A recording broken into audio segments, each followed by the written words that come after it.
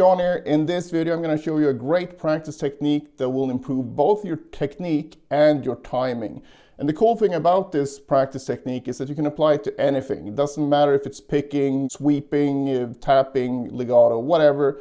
It applies to anything. Another great benefit of using this practice technique is that you can apply it to both smaller patterns and long phrases. And smaller patterns are easier to practice because you can loop them generally much easier and you can move them around easier. Whereas longer segments of solos or classical pieces, whatever you're working on, can be way harder to get a grip on when it comes to how should I practice this, besides breaking it down and making each section a loopable thing, which is also a good approach. But applying this practice technique, you can actually work on the whole thing. And there's numerous benefits of doing that, not to mention saving time. All right, so what is this magical practice technique then? It's rhythmic displacement, and it means that you take whatever phrase you're working on, and then instead of just starting on the beat you should start on, generally it would be on the beat, you would start on every beat in the actual subdivision. Now the reason why this works so well is that when you play something and you start on a different part of the beat, it's going to expose other notes in the pattern to your ears. And what I mean by that is if you have this thing and you always start on the downbeat, every note on downbeat will stick out more. But if you, for example, take the second variation, where you go 1, 2, 3, 4, 1. Now this note is going to stick out more.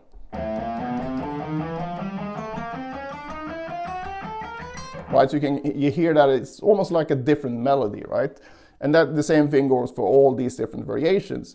And why that is so important is because we really play our instruments with our brain more so than our hands, because that's also the reason why it feels different to play these, even though technically we're playing exactly the same thing, but since the accents are different and we hear the thing in a different way, it kind of changes the way that it feels to play it as well. And it's that kind of confusion we want to remove by working on it in this way, and that will strengthen your technique and your brain to fingers connection a lot.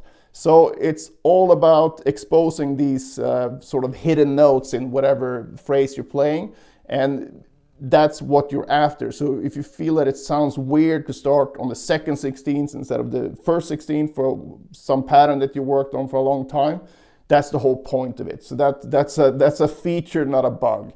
So just remember that as we go forward into the exercises. So if you're confused, let's just demonstrate it on this thing that you probably played at some point.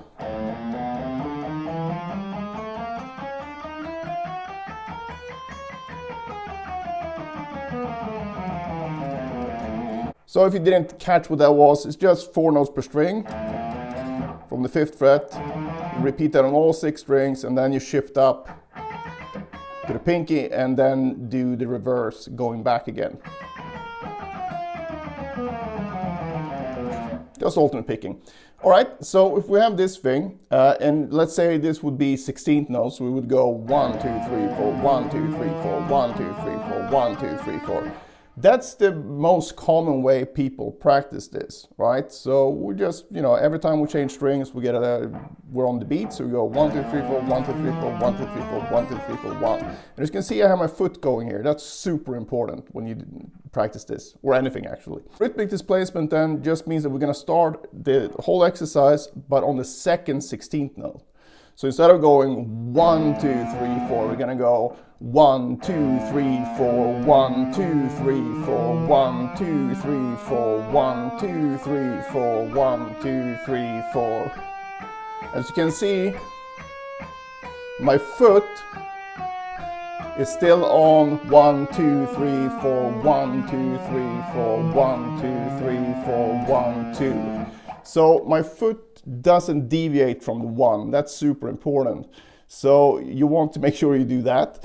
And as you can see here, counting out loud is not only helpful to demonstrate it to someone else, but it's also very helpful when you start getting into this.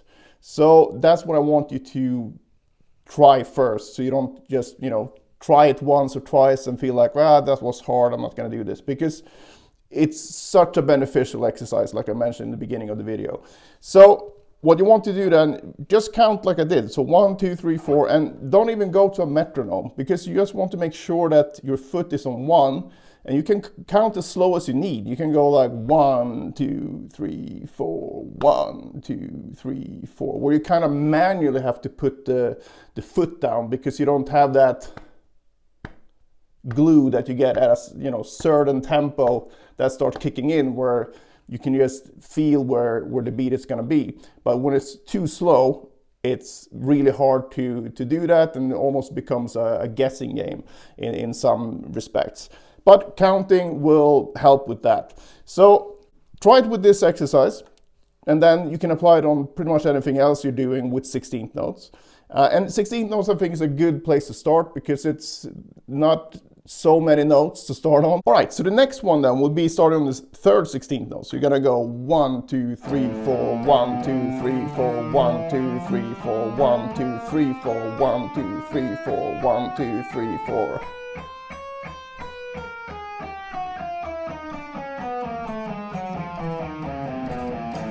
And you shouldn't speed up as I did, obviously, but ideally you count this out the whole way that you do it.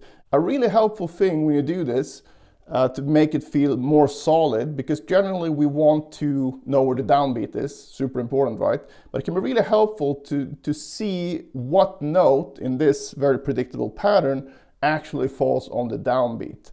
So if we look at the last one we did here, so we start on the 3, it's going to be 1, 2, 3, 4, 1. So on each string, when we do the ascending bit here, the downbeat should end up on the third note of each string. So 1, 2, 3, 4, 1, 2, 3, 4, 1, 2, 3, 4, 1, 2, 3, 4, 1, 2, 3, 4, 1, 2, 3, 4, 1, 2, 3, 4, 1, 2, 3, 4, 1, 2, 3, 4. Right, so when we went the descending bit here, it's going to be 1, 2, 3, 4, 1, right? So still the third note in that descending pattern as well. And this is also why I think this pattern, why I started with that, because it's such an easy way to demonstrate it, and it's very consistent, right? Because we have a very predictable number of notes per string. All right, so the last variation here then for 16th notes will be hitting the fourth 16th. So we're gonna go 1, 2, 3, 4, 1, 2, 3, 4, 1, 2, 3, 4, 1, 2, 3, 4, 1, 2, 3, 4, 1, 2, 3, 4, 1, 2, 3, 4, 1, 2, 3, 4, 1, 2, 3, 4.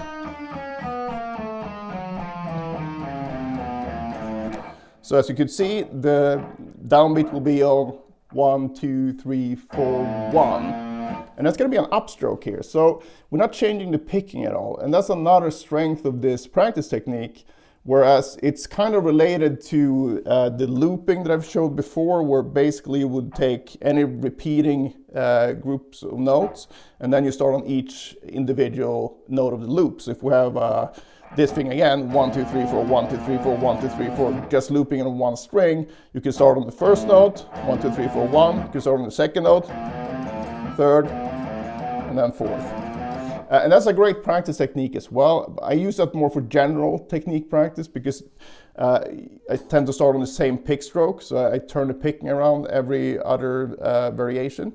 But even if you would start on the correct pick stroke, it's still a slightly different feel than what we're doing here. Plus, this looping technique is very good, but it's limited in the way that however many notes you have in the loop, that's how many variations you have. So if you have a loop with 32 notes, you can have 32 different variations. So that's not really practical. So this rhythmic displacement thing, despite all the other benefits, is also a very practical way to get sort of the same kind of a benefit as you get from the looping. Now, when you get comfortable with this, you can stop counting when you start feeling where everything is supposed to be in terms of the rhythmic thing, and knowing exactly where the downbeat should be in whatever phrase you're working on and whatever rhythmic variation you're working on. That's going to be crucial. And then obviously use a metronome once you get it up to a tempo where it makes sense to use a metronome. And I would say that 40 BPMs plus, then it makes sense to use a metronome. Lower than that, I think you probably are better off just counting it out first and trying to get that to work. So that's 16th notes, right? And you can apply this to any subdivision. Obviously, the more notes you have in the subdivision, the more sort of granular it's going to be, and it's going to be trickier initially. But this is also where your timing will get so much better.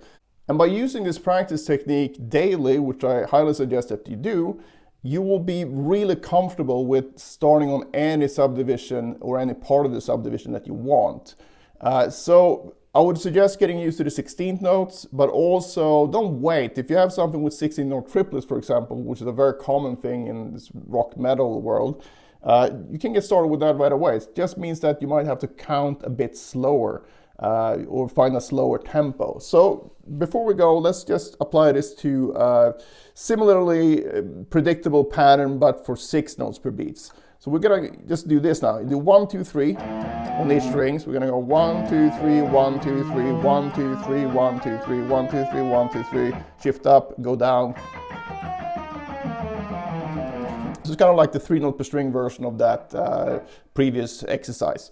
So now every beat's gonna be 1, 2, 3, 4, 5, 6, 1, 2, 3, 4, 5, 6. So that's where the beats are gonna fall now. So if we just do the first one initially here, so we got 1, 2, 3, 4, 5, 6, 1, 2, 3, 4, 5, 6, 1, 2, 3, 4, 5, 6, 1, 2, 3, 4, 5, 6, 1, 2, 3, 4, 5, 6, 1, 2, 3, 4, 5, 6, 1. Still the foot is on 1. Doesn't matter that it's, you know, slightly slower tempo than before. As long as you count and you can, you know, keep track of where the 1 is, you should be able to get the foot down right on that 1.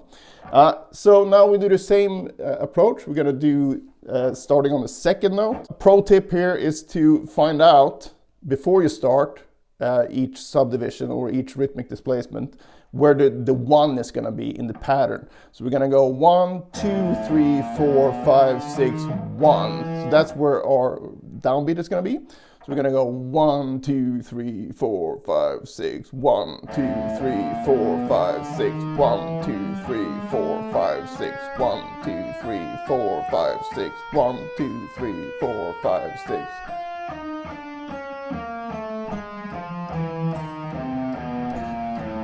Right? And then you do the same thing for 3.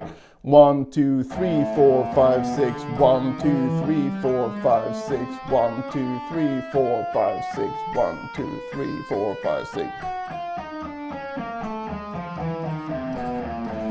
And so on. So you go through starting on the 4th, the 5th, and the 6th. So first, get used to these 2 examples where we use 16th notes with the 4 notes per beat, 4 notes per string, and we use the 6-note triplets with the 3 notes per string.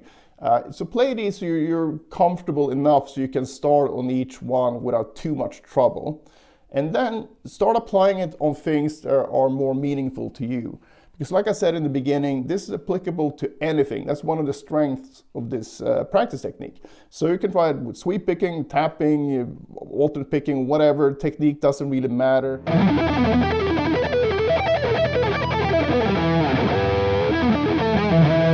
in the day, I used to have real issues with fast alternate picking when it came to 2 notes per string. I was fine with 3 notes per string, but the 2 notes per string thing was a bit harder to crack. So if you struggle with fast alternate picking as well, and you don't know what to practice or for how long, I've created the perfect solution for you in the form of the Pentatonic Picking Power Book. So in this book, you'll find a daily workout that will not only help your pentatonic picking, but will also upgrade your overall alternate picking technique. So it contains basically the same exercises I use myself to develop my picking abilities, as well as numerous students over the years that I've given the same exercise to with great results. So I know these exercises work as long as you put in the work. So it's not a quick solution or quick fix. It will still take a lot of work, but at least you have a very easy to follow routine. So if you're up for a big alternate picking upgrade in 2024, I cannot think of a better start.